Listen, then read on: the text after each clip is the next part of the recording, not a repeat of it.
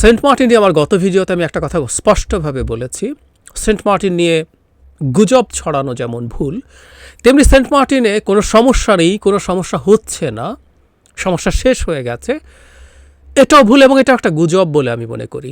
এবং সেটা যদি গুজব মনে করে থাকি তাহলে জনাব ওবায়দুল কাদেরও গুজব ছড়াচ্ছেন। তিনি গতকাল একটা সাংবাদিকদের সাথে কথা বলার সময় এভাবে বলেছেন, একটু পড়ি। বাংলাদেশের সার্বভৌমত্ব কোথায় আঘাত হানা হচ্ছে? মির্জা ফখরুল ইসলাম আলমগীরকে উনি চ্যালেঞ্জ জানিয়ে বলছেন, আমি আবারও পড়ি, বাংলাদেশের সার্বভৌমত্বে কোথায় আঘাত হানা হচ্ছে? অনুপ্রবেশকারীরা চলে গেছে, জাহাজও সরে গেছে। মানে অনুপ্রবেশকারীরাও চলে গেছে, জাহাজও সরে গেছে। জাহাজ সরে গেছে এই ধরনের একটা রিপোর্ট আমরা পত্রপত্রিকায়ও দেখেছি, কিন্তু আসলে ওখানকার পরিস্থিতি কী?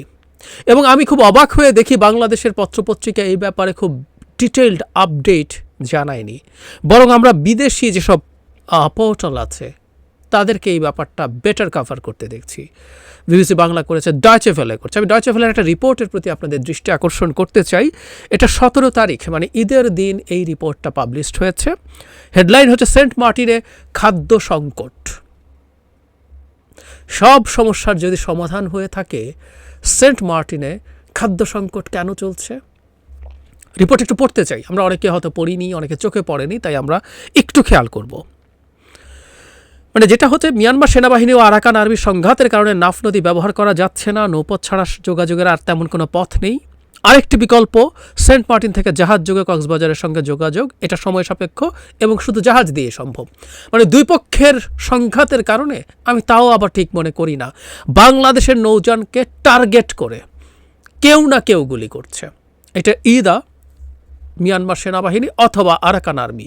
আমি আসবো এই জায়গায়, যদি মিয়ানমার সেনাবাহিনী নাও হয়ে থাকে, আরাকান আর্মিও হয়ে থাকে, তাহলে আমাদের কী করণীয় আছে? কিন্তু পরিস্থিতিটা আগে একটু বোঝার চেষ্টা করি। কক্সবাজারের জেলা প্রশাসক বলছেন, এখন সেন্ট মার্টিনের বাসিন্দারা চাইলে নাফ নদী ব্যবহার করে মূল ভূখণ্ডে যাতায়াত করতে পারেন। মানে প্রথম কথাটা হচ্ছে, মানুষের যদি এই পরিস্থিতি হয়, তারা যাচ্ছেন না কেন? তাদের পরিস্থিতি কি? আমরা আসবো সে জায়গায়। কিছু তথ্য এখানে দেয়া হচ্ছে। সেন্ট মার্টিন টেকনাফের একটি ইউনিয়ন, জনসংখ্যা 10,000-এর মতো। Saint Martin UP chairman Mujibur Rahman জানান, ইউপি চেয়ারম্যান বলছেন, এই 20 দিনে মাত্র একবার জেলা প্রশাসনের উদ্যোগে সেন্ট মার্টিনে খাদ্য সামগ্রী পাঠানো হয়েছে, আর সেটা ছিল জেলে এবং যারা সরকারের ভিজিএফ কার্ডধারী। ফলে এখানে খাদ্য সংকট প্রকট আকার ধারণ করেছে। তার মানে খেয়াল করি, সাধারণের জন্য কোনো রকম খাবার যায়নি গত 20 দিনে। 20 দিনে নৌযান চলাচল করতে পারেনি এবং 20 দিনে কোনো খাবার পাঠানো হয়নি, শুধুমাত্র জেলে, কারণ মাছ ধরা বন্ধ আছে, তাদের জন্য সরকারের কিছু চাল এবং খাবার যায়, আর ভিজিএফ কার্ডধারীদের জন্য। তাহলে অন্যরা কি করবে? তিনি বলছেন, সেন্ট মার্টিনের কিছু মানুষ জেলে, আর অধিকাংশই কৃষক। চাহিদার 20% খাদ্য এখানে উৎপাদন হয় না। জেলেদের মাছ ধরা বন্ধ আছে পর্যটন। ফলে আয়ের উৎস যেমন বন্ধ, তেমনি বাইরে থেকে খাদ্য আনারও কোনো সুযোগ নেই। আর 3-4 দিনের মধ্যে যদি খাদ্য সরবরাহ করা না হয়, তাহলে অনেকেই অনাহারে থাকতে হবে, অনেককেই। ইউপি চেয়ারম্যান বলছেন। এই ইউপি চেয়ারম্যান খুবই সম্ভাবনা আছে আওয়ামী লীগের সেই ডামি নির্বাচন দিয়ে আওয়ামী লীগেরই লোক, কিন্তু আওয়ামী লীগেরই লোক এই কথা বলছেন যে ওখানে খাবার নেই। তার মানে এই যে সংকট শেষ হয়ে গেছে বলে বলা হচ্ছে গত 4-5 দিন ধরে, আদতে তো তা হয়নি। 20 দিন ধরে ওখানে খাবারের সাপ্লাই নাই। আর আমি পাল্টা সরিয়ে রাখি, নাফ নদীর এই দিকটা দিয়ে যদি এতই সেফ হয়, সরকার তার উদ্যোগে এখানে ট্রলার দিয়ে খাবার পাঠাক। আর যদি সেটা সেফ না হয়, অল্টারনেটিভ যে পথ আছে সেই পথ দিয়ে জাহাজে কেন খাবার পাঠানো হচ্ছে না? আরেকটু পড়ি। আমাদের খোঁজ কেউ নিচ্ছে না, না জনপ্রতিনিধি, না জনপ্রশাসন। একবার মাত্র, তার আগে একটু বলতে হবে একজন বাসিন্দা কি বলছেন সেটা বলি। আমাদের এখানে ঈদ নাই, আতঙ্কে এবং খাদ্য সংকটে আমাদের দিন কাটছে। দ্বীপের মানুষের হাতে কোনো কাজ নেই, নৌ চলাচল বন্ধ থাকায় তারা কাজের জন্য কোথাও যেতে পারছে না। দোকানে যে চাল, তেল, ডাল পাওয়া যাচ্ছে তার দাম অনেক। শাকসবজি শেষ হয়ে গেছে। চলাচল শুরু না হলে সামনের দিন আমরা কি খাবো তাই ভেবে পাচ্ছি না। আমাদের খোঁজ কেউ নিচ্ছেন না, না জনপ্রতিনিধি না প্রশাসন। একবার মাত্র খাদ্য পাঠিয়ে তারা চুপচাপ আছেন। ওই খাদ্য কয়জনের হয়? আই রিপিট, এটা 17 তারিখের রিপোর্ট, ঈদের দিনের রিপোর্ট। ঈদের দিনে তথাকথিত জনপ্রতিনিধি, যিনি কাগজে কলমে ইউপি চেয়ারম্যান, ঠিক আছে আমরা ধরলাম তাকে জনপ্রতিনিধি, তিনি বলছেন খাবার যায়নি, খাবার পাচ্ছে না। সাধারণ জনগণ বলছেন পাচ্ছে না। তাহলে কিভাবে আমরা বলছি সংকট শেষ হয়ে গেছে? কিভাবে বলছি আমাদের সার্বভৌমত্বের উপর আঘাত নেই? টেকনাফ স্পিডবোট মালিক সমিতির সাবেক সাধারণ সম্পাদক সৈয়দ আলম বলেন, গত 2 দিন ধরে আমরা গোলাগুলির শব্দ পাচ্ছি না, তবে দূরে মিয়ানমারের সমুদ্রসীমা তাদের যুদ্ধজাহাজ এখনো অবস্থান করছে। তার মানে যুদ্ধজাহাজটা সরে চলে গেছে তা না, চলে গেছে বলার পর নৌযান মালিক সমিতি থেকে বলা হচ্ছে এটা তার মানে আসলে তার সীমাতেই আছে, আগেও সীমাতেই ছিল, একটু দূরে গেছে। আর বাংলাদেশের নৌসীমা নৌবাহিনী ও কোস্টগার্ডের 2টি জাহাজ টহল দিচ্ছে, আমরা এটাকে ওয়েলকাম করি। আমি প্রথম যে ভিডিও করেছি সেখান থেকে একটা কথা বলেছিলাম যে শুধুমাত্র প্রতিবাদ, তীব্র প্রতিবাদ না, আপনার সামরিক শক্তি প্রদর্শন এটা ডেটারেন্ট হিসাবে কাজ করে। সামরিক বাহিনী দিয়ে সবসময় যুদ্ধ করে না। আমি আছি, আমি প্রেজেন্ট আছি এবং আমি আমার সভারেন্টিস প্রোটেক্ট করার জন্য প্রস্তুত আছি সবসময়, এই মেসেজ দিতে হয়। সো এটা আরও অনেক আগেই হওয়া দরকার ছিল বলে আমি মনে করি। কিন্তু তারপর আমাদের প্রশ্ন আছে, সেই প্রশ্নটায় আসবো। আমরা খুব কষ্টে আছি, এটা হচ্ছে মালিক সমিতির সাবেক সাধারণ সম্পাদক বলছেন। কেউ অসুস্থ হয়ে পড়লে দ্বীপের বাইরে নেয়ার কোনো সুযোগ নেই। একটি নামমাত্র স্বাস্থ্যকেন্দ্র আছে যেখানে সাধারণ রোগেরও চিকিৎসা সম্ভব না, আর খাদ্য সামগ্রী দ্রুত ফুরিয়ে আনছে। আমাদের এখানে এখন দরকার নাফ নদীর চ্যানেলটি নিরাপদ ও উন্মুক্ত করে দেয়া, তা না হলে আমরা বিচ্ছিন্ন হয়েই থাকবো, কারণ সমুদ্র পথে জাহাজ দিয়ে কক্সবাজারে আমাদের যোগাযোগ সম্ভব নয়। যোগাযোগ বন্ধ থাকায় বোট চালক মাঝি মাল্লারাও বেকার হয়ে পড়েছেন। তার মানে খুব স্পষ্ট, সেন্ট মার্টিনস এখনও কার্যত বিচ্ছিন্ন। আমাদের নৌবাহিনী এবং কোস্টগার্ড যখন পাহারা দিচ্ছে, সেই পাহারাটা দরকার হয় আরও বাড়ানো দরকার, যাতে এই নাফ নদী দিয়েই যোগাযোগটা হওয়া সম্ভব হয়। এটা আমরা খুব স্ট্রংলি দাবি করছি। জেলা প্রশাসক যথারীতি ডামি সরকারের অধীনে যেসব লোকজন চাকরি টাকরি করে তারা কি বলবো আমরা ধারণা করতে পারি।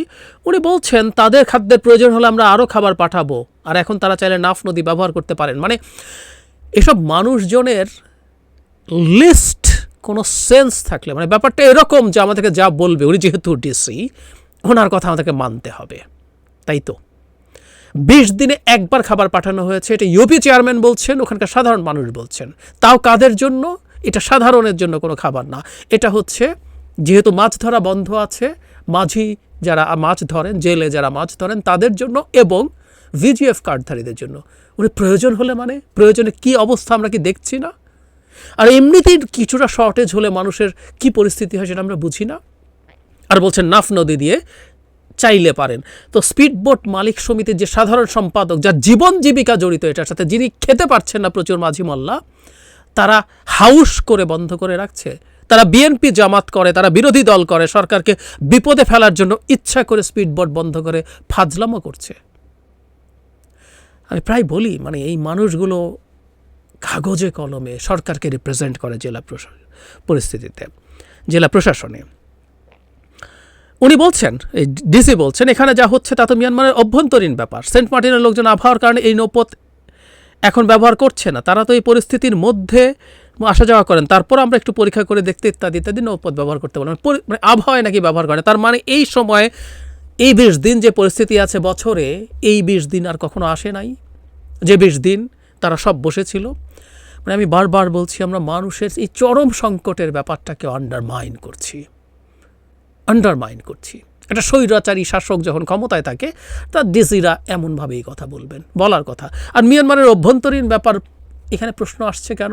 আমি আবারও বলছি, আমি দেখলাম বাংলাদেশের কিছু তথাকথিত সামরিক বিশেষজ্ঞ আছেন, তারাও টিভিতে এসে বা পত্রপত্রিকায় বলছেন যে এটা নিয়ে ভুল বলা হচ্ছে, এই সংঘাতের জন্য যা হয়েছে তা আমরা আমাদের এখানে সেন্ট মার্টিন টার্গেট না। মানে একটু বলি, আসলে প্রথম কথাটা হচ্ছে সামরিক জ্ঞান ট্যান চাইলে অর্জন করা যায়, ওর জন্য মিলিটারিতে চাকরি করতে হয় না, এভাবে বলার জন্য আমি দুঃখিত। কিন্তু আমরা কাণ্ডজ্ঞান ব্যবহার যদি করি যে বাংলাদেশের এই রুটে চলাচলকারী প্রতিটা নৌযান স্পিডবোটকে টার্গেট করে গুলি করা হচ্ছে, তো তাহলে এটা ওই দুই পক্ষের গুলির ক্রসফায়ার আমরা পড়েছি। আমাদেরকে তাই বোঝাতে চান তারা। বাংলাদেশকে মেইনল্যান্ডের সাথে সেন্ট মার্টিনের যোগাযোগকে ডিসরাপ্ট করার চেষ্টা করা হচ্ছে, ইটস ফর শিওর। কেন করার চেষ্টা করছে? সেন্ট মার্টিনস টার্গেট না, এই রিপোর্টেও আছে। অত্যন্ত বাজে কথা, আই স্ট্রংলি কন্ডেম দ্যাট। ওটার জন্য মেজর মিলিটারিতে চাকরি টাকরি করতে হয় না, সরি। কারণ যদি এটা হতো, যাচ্ছে কখনো কখনো ওখানে এমনিতেই গোলাগুলি চলছে, গোলাগুলি এসে পড়ছে, সেটা কথা। যখনই স্পিডবোট নিয়ে গেছে, যখনই নৌযান নিয়ে গেছে, অন্তত 4 বার গুলি করা হয়েছে এবং টার্গেট করে গুলি এসে পড়েছে। এরপর আমরা বলছি সেন্ট মার্টিনস টার্গেট না, সরি।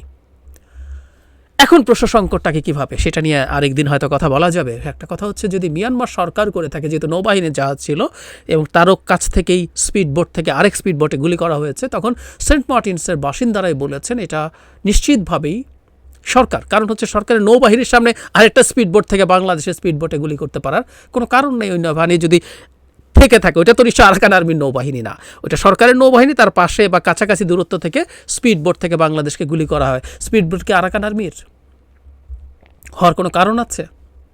No way. এবং বাংলাদেশ যে জায়গাগুলোতে ক্রস করছিল, ওখানে ওদের শিপ, 3টা শিপ দাঁড়ানো ছিল। আরাকান আর্মি ওই শিপ থেকে, ল্যান্ড থেকে গুলি করছে। আমি জানি না গুলির ওই রেঞ্জও হওয়ার কথা কিনা।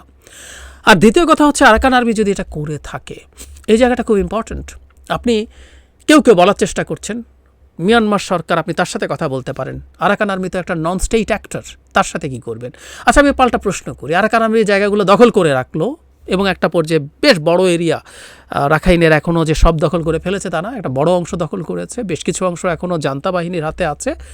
তো যদি আমাদের বর্ডারের এই অঞ্চলগুলো তারা দখল করে এবং ক্রমাগত আমাদের উপরে হামলা করতে থাকে, আমাদের সেন্ট মার্টিনসের সাথে যোগাযোগকে ডিসরাপ্ট করতে থাকে, বা আমরা ধরলাম যদি আরও বাড়িয়ে বলি, তারা যদি একটা সময় আমাদের এদিকে রোহিঙ্গা ক্যাম্প আছে সেদিক নিয়ে কোনো দৃষ্টি দেয়, ও নন স্টেট অ্যাক্টর বলে আমরা চুপ করে থাকা যায়? এই আলোচনা আরেকদিন করা যাবে যে নন স্টেট অ্যাক্টর হোক আর যাই হোক, আরাকান আর্মির সাথে, এটা অনেকেই বলছেন, গুরুত্বপূর্ণ সামরিক বিশেষজ্ঞ অনেকেই বলেছেন, আমিও মনে করি আপনার একটা ভেতরে হলেও আপনার এদের সাথেও যোগাযোগ আসলে করতে হবে। আপনি ফর্মালি করবেন না, ভেতরে করবেন। আসলে গল্পটা ওই জায়গায়, যখন মিয়ানমার নিয়ে সংকটটা বাড়ছিল তখন আলাপ করেছিলাম। আমি একটা আলাদা ভিডিও করেছিলাম যে ভারতের সাথে আরাকান আর্মির সমস্যা আছে, ঐতিহাসিক সমস্যা আছে, বিট্রেয়াল আছে, ভারতের উপর ওরা খুব ক্ষিপ্ত আছে। সুতরাং ভারত বলেছে তুমি আরাকান আর্মির সাথে কোনো নেগোসিয়েশনে যেও না। এছাড়া ভারতের তার বর্ডারের সাথেও কুকিচিনদের ব্যাপারে এটা নিয়েও কথা বলেছি ডিটেইলড। সেই কারণে বাংলাদেশ চুপ আছে। তো যাই হোক, বটম লাইন হচ্ছে এই, মিয়ানমারের সেই ঘটনার কারণে আবারও বলছি, কে করছে কি করছে ওই তর্ক এখন সরিয়ে রাখছি। বাংলাদেশের একটা ছোট দ্বীপ রাষ্ট্র, দ্বীপ ইউনিয়ন, রাষ্ট্র না দ্বীপ, একটা ইউনিয়ন চরম সংকটে আছে মিয়ানমারের কারণে। সংকট শেষ হয় নাই। কেউ এই সংকট নিয়ে যদি কথা বলে, তিনি গুজব ছড়াচ্ছেন, স্বার্থান্বেষী মহল, এই কথাগুলো না বলা ভালো। দেশকে আমরাও ভালোবাসি, ট্রুলি বাসি। কেউ বেশি রিয়্যাক্ট করতে পারেন, ভীতি থেকে পারেন, কিন্তু দেশকে ভালোবাসার সক্ষমতা শুধু সরকারের দিকেরই লোকজনের আছে, সরকারের বাইরের লোকজন নেই। এটা হাস্যকর। এবং আমাদের কাছে ডেটা আছে, আজকে ডেটা দিয়েই আমরা কথা বলছি। তাতে স্পষ্টভাবে বোঝা যায় সংকটের সমাধান দূরেই থাকুক, বিপদ কেটে যাওয়া দূরেই থাকুক, সিরিয়াসলি বিপদ এক্সিস্ট করছে। আমি আবারও বলি, আমাদের এই বিপদের ব্যাপারে সজাগ থাকা দরকার, জনগণের এদিকে দৃষ্টি রাখা দরকার।